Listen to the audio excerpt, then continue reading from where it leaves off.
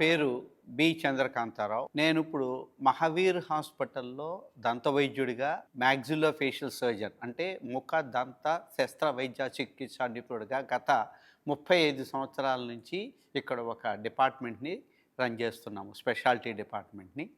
Mahavir hospital ఒక trust hospital. మానవ సేవే మాధవ సేవే అనే ఉద్దేశంతో స్థాపించబడిన హాస్పిటల్. ఆ రోజు జలగ వెంగళరావు గారు ముఖ్యమంత్రిగా ఉన్నప్పుడు మైనారిటీలుగా ఉన్న జైన్ కమ్యూనిటీ మేము ఒక సమాజ సేవ కోసం, మానవ సేవ కోసం ఒక హాస్పిటల్ పెడదాం అనుకుంటున్నప్పుడు ప్రభుత్వం ఇక్కడ ఒక 4 ఎకరాల భూమిని ఉచితంగా, అంటే చాలా తక్కువ ఖర్చుతో లీజుకి ఇచ్చింది. దాంట్లో 1975లో స్టార్ట్ అయిన ఈ హాస్పిటల్ ఈ రోజు వరకు కూడా అదే విధమైన సర్వీసెస్, చాలా నామమాత్రపు ఖర్చులతోటి సర్వీసెస్ అందిస్తుంది. ఇది దాదాపు 200 బెడ్ హాస్పిటల్, 220 బెడ్స్ ఉంటాయి ఈ హాస్పిటల్.